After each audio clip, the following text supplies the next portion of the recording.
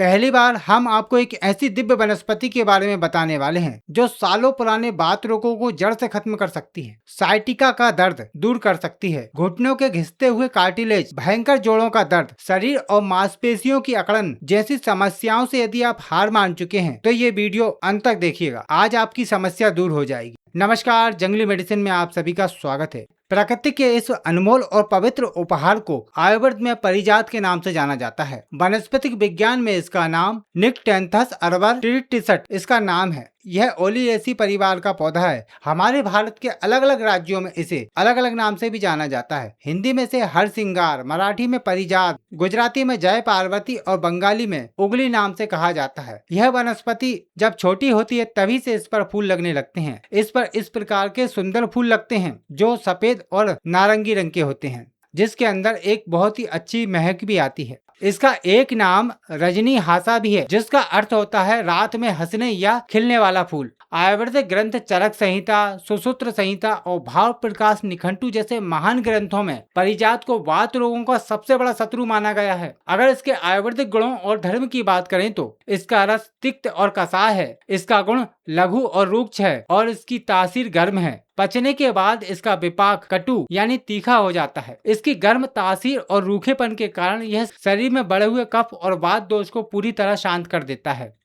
तो चलिए इसके प्रयोग जानते हैं। इसका पहला प्रयोग है साइटिका रोग के लिए। जब साइटिका का रोग होता है तो बहुत ही भयंकर दर्द होता है। कमर से लेकर पैर की एड़ी तक यह दर्द जाता है और बहुत ही खतरनाक दर्द होता है। सिर्फ जिसको होता है वही इसकी व्याख्या कर सकता है। इसको दूर करने के लिए एक बहुत ही आसान प्रयोग मैं आपको बताता हूँ। परिजात के जो पत्ते होते हैं, ताजा पत्तों को आपको 8-10 पत्ते लेना है, उनको कूट कर 1 गिलास पानी में डाल दें और इसको धीमी आंच पर पकाएं। जब उबल कर आधा पानी उड़ जाए तब इसको ठंडा करके छान कर खाली पेट पीना है। दिन में 1 या 2 बार यह प्रयोग करें। यह काढ़ा थोड़ा गुनगुना होने पर ही पीना चाहिए ताकि आपको ज्यादा फायदा मिले। इस काढ़े में आपको और कोई जड़ी बूटी मिलाने की आवश्यकता नहीं है, यही आपकी नसों को खोल देगा। यह काढ़ा नसों की सूजन को खींचकर साइटिका के दर्द को पूरी तरह ठीक कर देता है। सावधानी की बात करें तो गर्भवती महिलाओं को इसका सेवन नहीं कराना है तथा ठंडी चीजों का परहेज रखना है।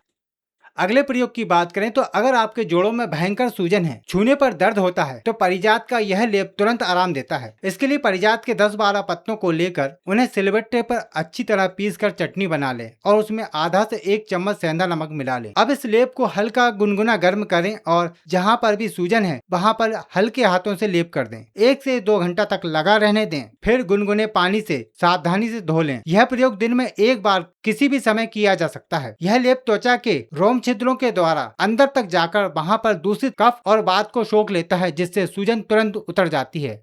जिन व्यक्तियों को जोड़ों में या घुटनों में कट की आवाज आती है और घुटनों में हमेशा दर्द बना रहता है तो परिजात के फूल और पत्तों का यह प्रयोग बेहद ही असरकारी है। इसके लिए आपको परिजात के ताजा फूल और पत्तों को बराबर मात्रा में लेकर छाया में सुखाकर उसका पाउडर बना लें और कांच के जार में भरकर सुरक्षित रख लें। अब इस चूर्ण की 3 से 4 ग्राम की मात्रा लगभग आधी से 1 चम्मच रात को सोते समय गुनगुने गाय के दूध के साथ सेवन करना है। यह चूर्ण शरीर में वात को कम करता है और शरीर के भीतर जाकर चिकनाई को बढ़ाता है, सूखी हुई हड्डियों को पोषण देता है, घुटनों के घिस चुके कार्टिलेज को दोबारा स्वस्थ करने का माहौल बनाता है। अत्यधिक पित्त प्रकृति वाले लोग जिन्हें बहुत ही जल्दी गर्मी लगती है वह इसकी मात्रा को आधी करके सेवन करें। सीधे शब्दों में समझे तो यह चूर्ण आपके घुटनों की खोई हुई ग्रीस को वापस लाने और हड्डियों को भीतर से मजबूती प्रदान करने का काम करता है।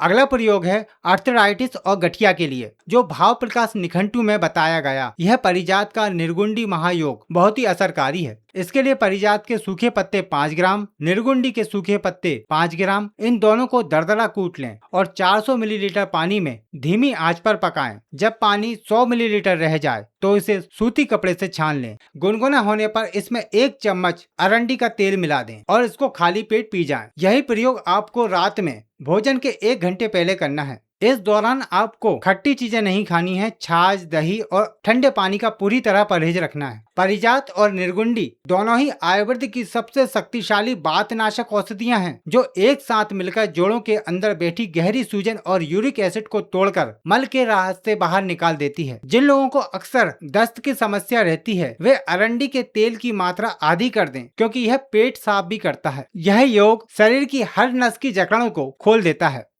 अधिकतर आपने देखा होगा कि बारिश के मौसम में या सर्दियों के समय में लोगों के जोड़ों में बहुत तेज दर्द होता है और कहीं कहीं पर शरीर अकड़ जाता है। तो ऐसी समस्या को दूर करने के लिए सारंगधर संहिता का यह योग बहुत ही अच्छा काम करता है। इस योग को बनाने के लिए आपको 10 ग्राम परिजात के ताजा पत्ते और 2 ग्राम सूखी अदरक चाहिए, जिसे सौंठ कहा जाता है। पत्तों को कूट लें और सौंठ का बारीक चूर्ण बना लें। अब इन दोनों को 1 गिलास पानी में डालकर उबालें। जब पानी आधा बचे इसे छान लें और गुनगुना होने पर पिएं। इसे सुबह नाश्ते के 1 घंटे बाद पीना है। इस काढ़े में 1 चम्मच शुद्ध देसी घी भी मिला लें, जिससे यह और भी असरकारी हो जाएगा। इस योग के दौरान आपको ठंडी हवा और फ्रिज में रखे हुए खाद्य पदार्थों को सेवन नहीं करना है। इस योग में सौंठ हमारे शरीर की पेट की अग्नि को यानी कि पाचन तंत्र को तेज करती है, जिससे शरीर में बनने वाला कच्चा रस आमदोष पच जाता है और परिजात उस आमदोष को जोड़ों से खींचकर बाहर निकाल देता है, जिससे रोगी को तुरंत आराम महसूस होने लगता है।